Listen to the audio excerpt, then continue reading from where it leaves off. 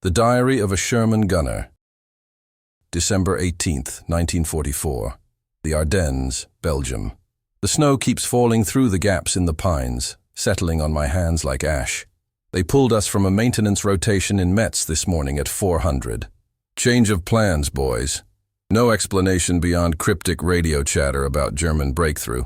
For weeks, intelligence had been telling us the Krauts were finished, that they couldn't muster enough gasoline to fuel a lawnmower, let alone a Panzer division.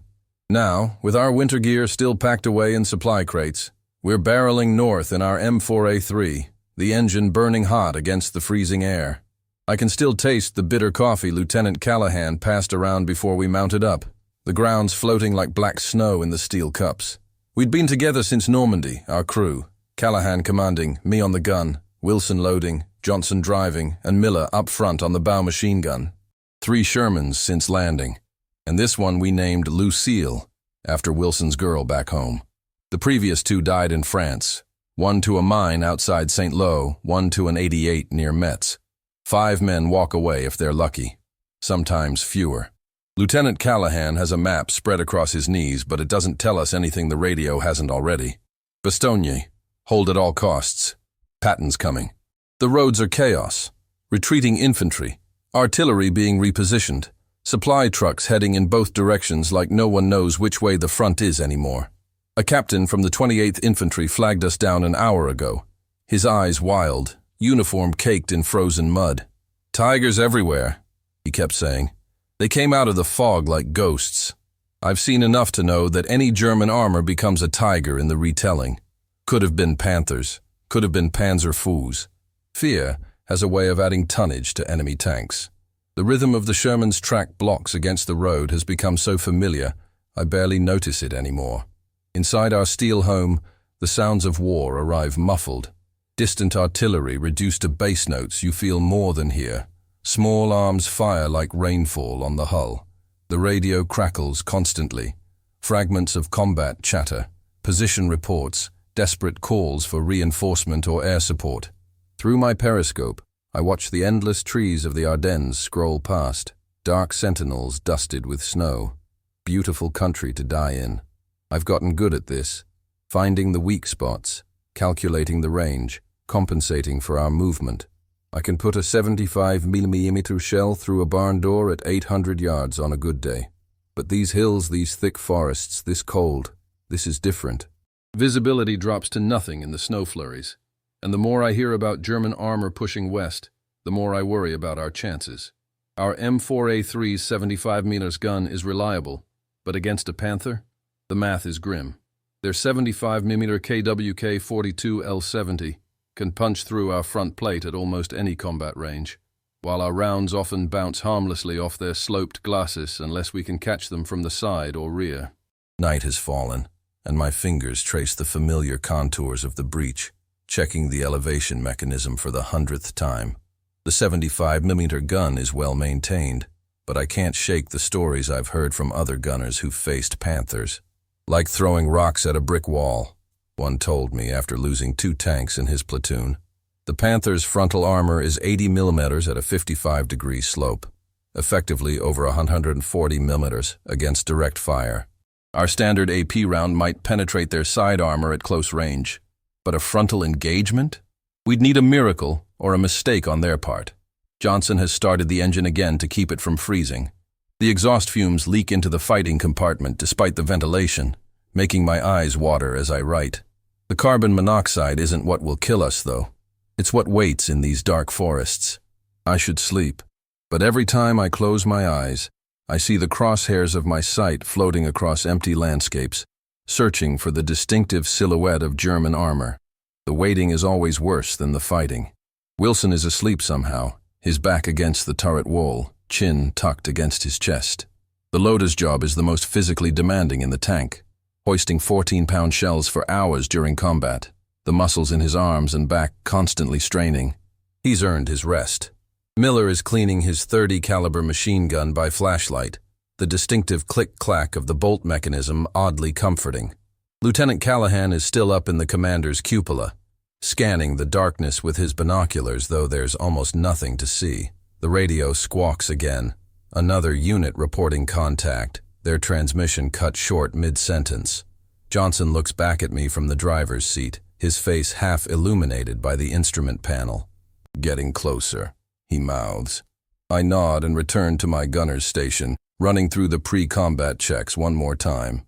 The turret traverse is smooth, the elevation mechanism tight but responsive.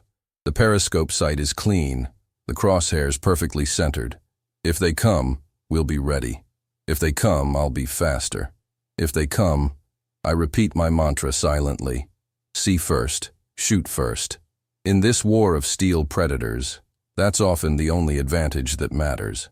I slide my feet onto the firing pedals, feeling their resistance. In my mind, I'm already engaging targets, watching the flash of my gun, adjusting for the next shot. This is the gunner's meditation, visualizing the battle before it happens, programming the muscles for instantaneous response. Somewhere beyond our headlights, German tank crews are doing the same. We're connected by this strange communion of fear and readiness, hunters and hunted, separated only by darkness and chance. Tomorrow, we'll reach Bastogne. I can feel something important waiting for us there. I should sleep, but the cold keeps me writing by flashlight, the words keeping pace with my racing thoughts. History has a gravity that pulls you towards certain places at certain times. Bastogne feels like one of those places.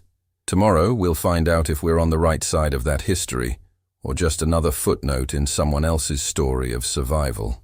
December 21st, 1944. Bastogne perimeter, northeast sector. 3 days of chaos. We arrived to find roads choked with retreating infantry, wild-eyed men telling stories of entire units being overrun. Tiger tanks everywhere, one sergeant told us, though I suspect he couldn't tell a Tiger from a Panther from a Panzer IV in the confusion. Our orders changed hourly. Advance here, pull back there, support this crossroad, escort that supply column. The weather has been our worst enemy. Low clouds have kept our air forces grounded, and the Germans are moving freely in the daylight. Word came down that Bastogne is surrounded. The 101st Airborne is dug in around the town, but they need armor support. We're one of the few tank platoons that made it through before the German noose tightened. Last night, the German commander sent a surrender demand to General McAuliffe. The reply went back, "Nuts." That's all. Just nuts. The story spread through the lines like wildfire, and now you can see it on the men's faces, a kind of fierce pride mixed with terror. No surrender means no retreat. We fight, or we die here. This morning we were positioned in a copse of pine trees overlooking a country road that leads to Noville. Lieutenant Callahan believes the Germans will try to reinforce their positions there, so we've been ordered to interdict any movement. The cold is bone deep. Johnson has to start the engine every hour to keep the oil from congealing, but we're trying to conserve fuel.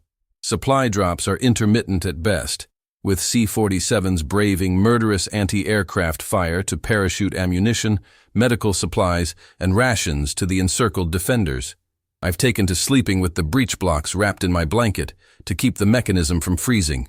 Wilson jokes that I care more about the gun than I do about him. He's probably right. The radio crackles with reports from other sectors. German armor probing the lines, small arms fire, artillery barrages. Through my periscope, I can see only snow-covered fields and the dark line of trees about 800 yards distant. The waiting is the hardest part. My mind keeps running through the same sequence. Identify target, estimate range, lead if moving, compensate for ground incline, squeeze the foot trigger, follow through, watch for effect, adjust, repeat. In my dreams, I see the crosshairs floating across empty landscapes, searching for something that never appears. We've been hearing reports of German soldiers in American uniforms infiltrating our lines. Everyone's been instructed to ask security questions only an American would know. Johnson's been challenging everyone who approaches the tank with baseball statistics. Miller prefers movie stars. Lieutenant Callahan says if the Germans have studied American baseball in Hollywood well enough to answer correctly, they deserve to shoot us. Last night, we heard heavy tracked vehicles moving beyond the tree line, but couldn't spot anything through the swirling snow. Artillery was called in blind, and we heard secondary explosions afterward. No way to know if we hit anything valuable or just farmhouses and trees. War in winter is like fighting with a blindfold, swinging at sounds. Baker Company lost 2 tanks yesterday to a Panther hiding in a barn near Foy. The survivors said they never saw it until the first shot tore through their lead tank. I keep telling myself, see first, shoot first. It's become a mantra. I repeat it under my breath as I scan the tree line through my sight. Wilson caught me mumbling it while cleaning my section of the gun. He didn't say anything, just nodded. He understands. We all have our rituals now, little prayers to whatever gods protect tank crews. 2 hours ago, a lone infantryman stumbled into our position, half frozen and disoriented. He'd been separated from his unit during a German attack and had been wandering for hours, trying to find friendly lines. We pulled him into the tank to warm up, and he told us what he'd seen. A column of Panthers and infantry moving south toward Bastogne through the forest west of Foy. Lieutenant Callahan immediately radioed the information to battalion, but with all the reports flooding in, who knows if anyone will act on it. We've been ordered to maintain our current position regardless. The perimeter is stretched too thin to cover everything. The man's hands were black with frostbite. I gave him my spare pair of gloves, though they won't help much now. Trench foot and frostbite are claiming as many men as German bullets. They medevaced him back to Bastogne on a jeep, but the look in the medic's eyes told me all I needed to know about his chances of keeping those fingers. I found a half-frozen chocolate bar in my pocket and divided it among the crew. Amazing how something so simple can lift spirits. For a few minutes we weren't cold, weren't surrounded, weren't waiting for death to find us in these dark woods. We were just 5 men sharing chocolate, telling stories about home. Miller talked about his father's hardware store in Pennsylvania, how he's planning to work there after the war. If we make it out of here, he added, and the momentary spell was broken. Back to reality. Back to the cold. Lieutenant Callahan pulled me aside an hour ago, showed me aerial reconnaissance photos from before the clouds moved in. German armor concentrating east of our position, at least a company strength. Panthers mostly, some Panzer V's, a few tank destroyers. They'll come this way eventually, he said, tracing the likely approach routes on his map. When they do, you'll get 1 shot. Make it count. He didn't need to say what happens if I miss. I've been studying the Panther's schematics since Normandy, learning its vulnerabilities. The mantlet has a shot trap where shells can ricochet downward into the hull roof. The turret ring is a weakness if you can hit it precisely. The lower front glacis is thinner than the upper. The sides, if presented at the right angle, can be penetrated by our 75mm gun. But all of these are small targets, difficult to hit under combat conditions, especially at range. I've killed 2 Panthers since D-Day, both times catching them unaware, both times hitting them from the side. A frontal engagement is almost certain death, unless everything goes perfectly. Night is falling again, the temperature dropping with the sun. The trees crack in the cold like distant rifle shots, keeping everyone on edge. We've received our orders for tomorrow. Move 5 miles northwest to support a counterattack by elements of the 101st, trying to clear the road to Noville. It's a dangerous mission, exposing ourselves in daylight. But sitting still isn't winning this battle. Lieutenant Callahan has been checking and rechecking the maps, planning alternate routes, escape paths. His thoroughness is reassuring, though we all know that plans rarely survive contact with the enemy. This will be my last entry tonight. We need to conserve the batteries for the radios, and my flashlight is dying anyway. Tomorrow will bring what it brings. I've checked my gun a final time, made peace with whatever gods might be listening.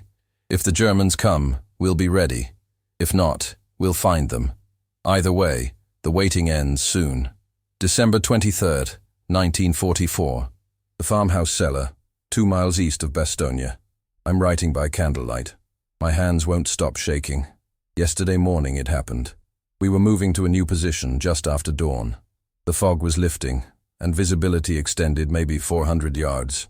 We were third in a column of 4 Shermans, moving slowly along a narrow country road bordered by drainage ditches.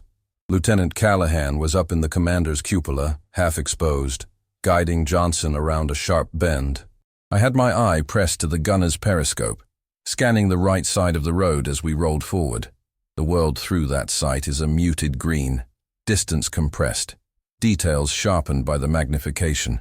I saw movement first, a shadow shifting between the trees. Then the unmistakable profile emerged. The long barrel, the sharply angled front plate, the low silhouette. A Panther, partially concealed in a stand of pines, its turret traversing toward our column.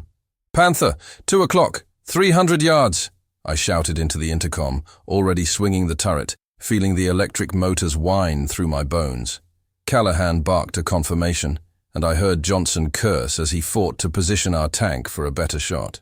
The Panther had the advantage. Set in position, engine off to avoid detection, crew likely having spotted us minutes before. But they'd waited too long, trying for a shot at our lead tank. Now we had a chance. Wilson was already shoving a round into the breech before I'd finished my report. The familiar clang as the breech block closed.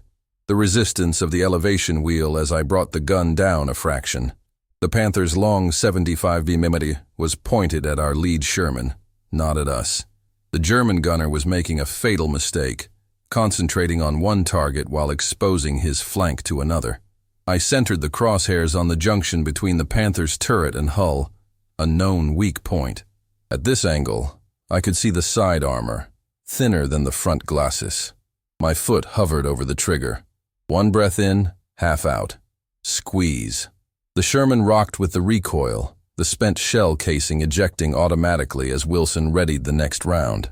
Through the periscope, I saw our shell strike exactly where I'd aimed. A flash of sparks, a dark hole punched through the armor. But the Panther didn't brew up. Its turret continued to rotate, now swinging toward us. I adjusted a fraction, aiming at the same spot, and fired again. This time, the shell must have found the ammunition rack. A brilliant flash erupted from the Panther's open commander's hatch, followed by a larger explosion that blew the turret completely off the hull. Black smoke boiled up into the winter sky. The explosion was still reverberating when Callahan spotted a second Panther, this one further back in the trees. "Gunner, traverse left. Second target, similar range." The turret motors whined as I swung the gun around, but I was too slow. The German fired first, and I felt rather than heard the impact, a hammer blow to our front right side. The Sherman lurched violently, and Johnson screamed over the intercom. We'd been hit in the bow, near the assistant driver's position. Miller, our bow gunner, was gone in an instant. The next few seconds stretched into eternity. Wilson slammed another round into the breech. I found the second Panther in my sight, the German crew frantically trying to reload. We had seconds, maybe less. The Sherman's interior was filling with acrid smoke, and I could hear fuel sloshing somewhere beneath us. "Shoot the bastard!" Callahan was screaming, his voice distorted by the intercom. I centered the crosshairs on the Panther's mantlet, the armored housing around the gun, and fired. At this angle, it was our best chance of penetration. The shell struck with a flash of sparks but didn't penetrate. The Panther's turret continued to rotate, bringing its gun to bear directly on us. Wilson was already loading our third shot. "HV up!" he shouted, indicating he'd switched to our limited supply of high-velocity armor-piercing rounds. These special tungsten core shells were our best chance against German heavy armor. The Panther was fully facing us now, its 75 mm pointed at our center mass. I shifted my aim slightly lower, targeting the lower front plate, another relative weak point. The Sherman rocked again as I fired, and through my sight, I saw our shell strike the Panther squarely in the lower glacis.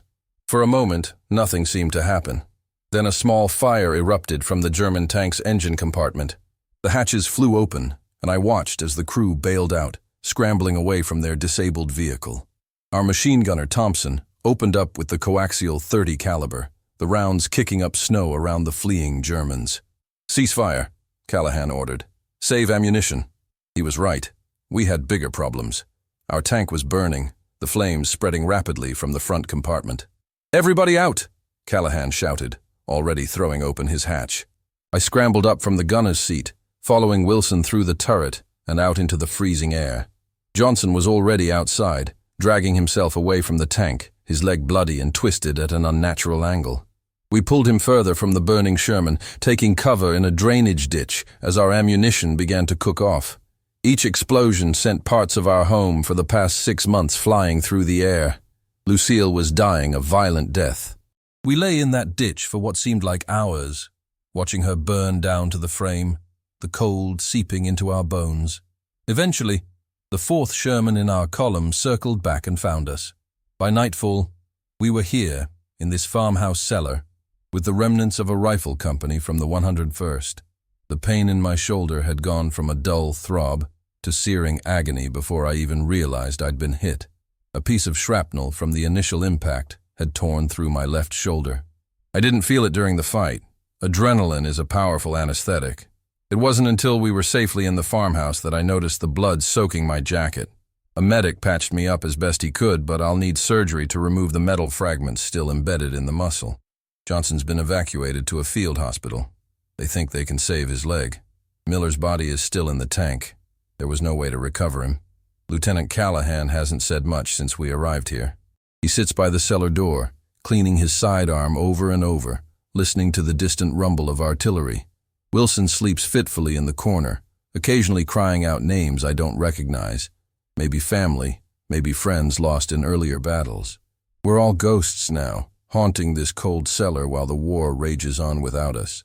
The farmhouse above us is being used as a forward aid station. Throughout the night, the wounded arrive in a steady stream. Frost-bitten infantrymen, tank crews with horrific burns, artillery spotters deafened by shell blasts. The medics work without rest, performing triage in whispers. This one can wait. This one won't make it. Take this one back immediately. The calculus of battlefield medicine is brutal and necessary. The lieutenant from the rifle company sharing our shelter told us the situation around Bastogne is deteriorating. The Germans are bringing up heavy artillery, pounding the town from all directions. Ammunition is running low. Food is being strictly rationed, but reinforcements are coming. Patton's Third Army is driving north from the south, trying to break through to us. The question is whether they'll arrive before the Germans break through the perimeter. Tonight, I can't stop thinking about the German tank crew. Did they survive? Did our machine gun find them in the snow? Do they have a warm place to sleep tonight? Or are they huddled in some frozen foxhole like so many others? This war has a way of making enemies into abstractions, but in that moment, watching them run from their burning tank, they were just men, like us, trapped in the same nightmare. I wonder what those German tankers saw when they looked at us through their sights. Did they see the Sherman's weaknesses? Calculate the angles of penetration? Did they feel the same mixture of fear and exhilaration when they fired? Did they have a moment of regret when they killed Miller? Or was it just another tick mark on their tally? Another victory in this endless game of armored chess? Someone is playing a harmonica upstairs, a Christmas carol that drifts down to us like a memory from another life. Silent night, probably, though it's hard to make out through the floorboards and the constant background of artillery. Christmas is 2 days away. Last year we celebrated in England, preparing for the invasion. The locals invited us into their homes, shared what little they had. I remember singing carols in a village pub, everyone momentarily forgetting what waited across the channel. This year, Christmas will be marked by survival, if we're lucky, by death, if we're not. The candle is burning low, and I should conserve what's left. Tomorrow, they say, a surgeon will arrive to tend to the more serious wounds. I'll likely be evacuated if the weather allows for ambulances to get through. Part of me wants to stay, to get a replacement tank, to rejoin the fight. But another part, a growing part, wants to be anywhere but here, away from the sound of shells and the sight of burning tanks, and the knowledge that I've killed men I never met, for reasons that grow more abstract with each passing day. For now, I'll close this entry and try to sleep. The pain in my shoulder keeps me tethered to the present, prevents me from drifting too far into memory or speculation. It's a small mercy in this place where mercies are few and far between. January 2nd, 1945. Field Hospital, 20 miles south of Bastogne. The siege has been broken. On December 26th, elements of Patton's Third Army punched through from the south, opening a narrow corridor into Bastogne. The fighting continues, but the worst is over. I'm told we held that the German offensive has spent itself against the rock of American resistance. Small comfort to the thousands who won't be going home. I've spent the past week in a morphine haze. The surgery to remove the shrapnel from my shoulder was successful, but infection set in afterward. For 3 days I burned with fever, drifting in and out of consciousness. The doctors were concerned enough to move me from the field hospital near Bastogne to this larger facility further from the front. In my delirium, I imagined I was back inside the Sherman, watching endless columns of Panthers approaching through my sight, firing and firing but never hitting them, the gun mechanism failing as they drew closer.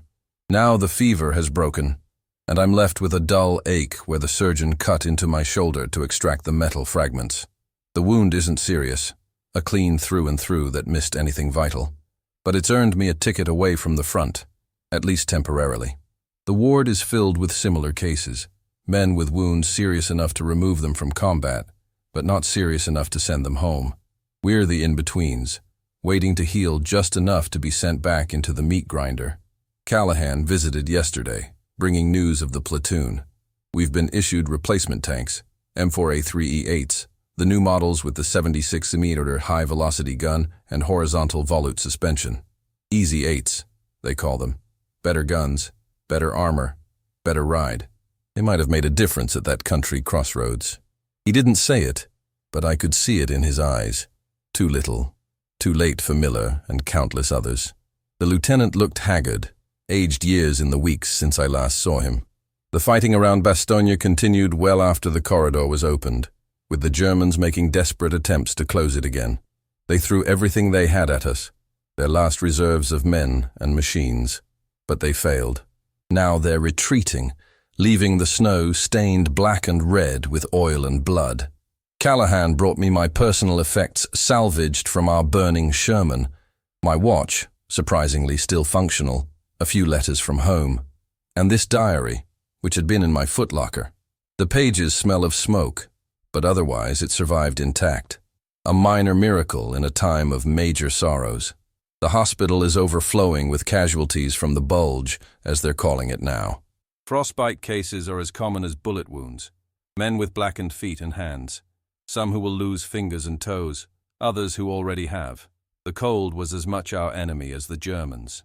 At night I can still feel the chill of that drainage ditch, the snow soaking through my clothes as our Sherman burned nearby, the only source of warmth for miles. In the bed next to mine is a soldier from the 101st Airborne. He jumped into Normandy on D-Day, fought through Holland during Operation Market Garden, and was in Bastogne from the beginning of the siege. Now he's here with a chunk of shrapnel lodged so close to his spine that the surgeons are afraid to remove it. He might never walk again, but he considers himself lucky. I made it out alive, he told me last night. Most of my platoon didn't. We compare notes sometimes, the tanker and the paratrooper, weighing the relative dangers of our respective services. He thinks I'm crazy for willingly climbing inside a metal box that's a target for every enemy gun on the battlefield. I think he's insane for jumping out of perfectly good airplanes into hostile territory. We both agree the infantry has it worst of all. No armor to protect them. No element of surprise, just grinding attrition in the mud and snow. I've been thinking about that Panther, the one I killed. It was my 5th confirmed tank kill since Normandy, but the first where I saw the crew escape. In my mind, I keep replaying the moment of impact, the small fire starting in the engine compartment, the hatches flying open. Were they veterans or fresh replacements? Did they have families waiting for them in some bombed-out German city? Did they make it back to their lines? Or are they prisoners now, grateful to be alive and out of the fighting? I find myself hoping they survived, which feels like a betrayal of Miller and all the others who didn't. The doctors tell me I'll be back with my unit in a few weeks.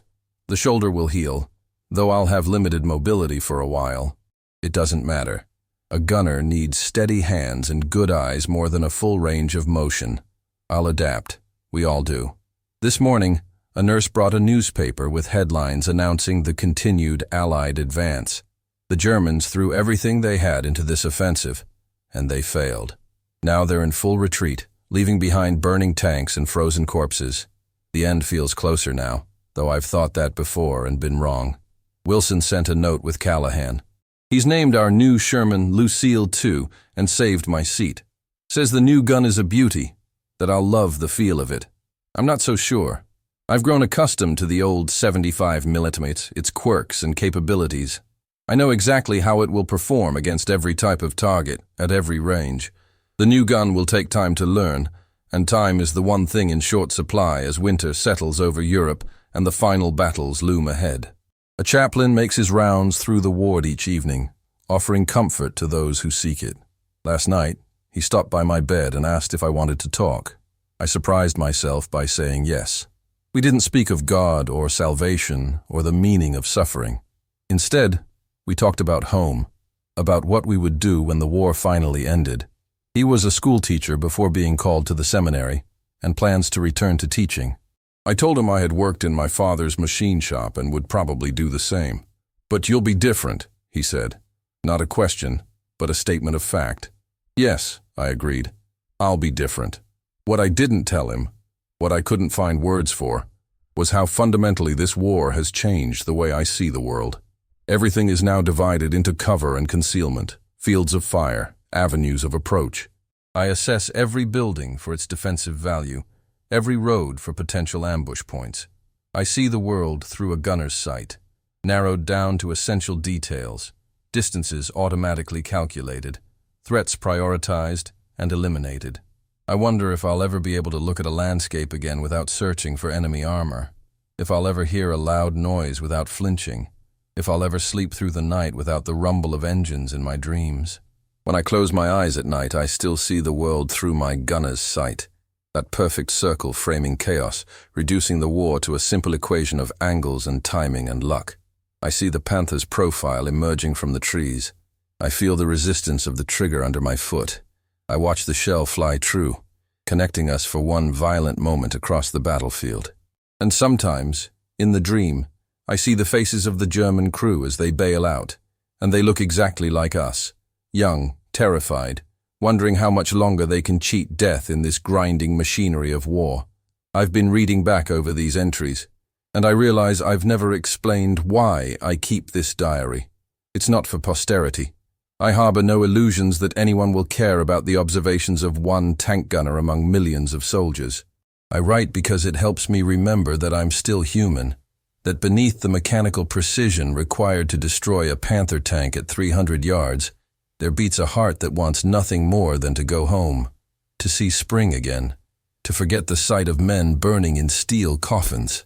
The hospital staff is preparing for another influx of casualties. The push into Germany continues, and with it comes the inevitable toll in blood and limbs. Some of the walking wounded are already being discharged, sent to replacement depots, and then back to their units. Soon I'll join them. Another tank, another crew, another battle. The endless cycle of this war grinds on. Outside my window, snow is falling again, gentle and clean, covering the mud and tire tracks in the hospital courtyard. For a moment it looks almost peaceful, as if the world hasn't been torn apart by years of unrelenting violence. I find myself thinking of that country crossroads where we encountered the Panthers, wondering if the snow has covered the scars there too, the shell craters, the churned earth, the burned-out hulks of our respective war machines. The morphine is wearing off, and the pain in my shoulder is returning. It grounds me in the present, pulls me back from the edge of darker thoughts. Tomorrow, they're moving me to a rehabilitation ward, where I'll begin exercises to restore strength to my damaged arm. From there, once I'm healed, I'll rejoin what's left of my crew. We'll keep pushing east, through whatever the Germans have left to throw at us. And someday, when this is all over, I'll put this diary away and try to remember what it was like to live without constantly searching the horizon for threats, without the weight of lives balanced on the precision of my aim. Until then, I am what the war has made me, a Sherman gunner who once killed a Panther outside Bastogne, in the coldest winter anyone can remember.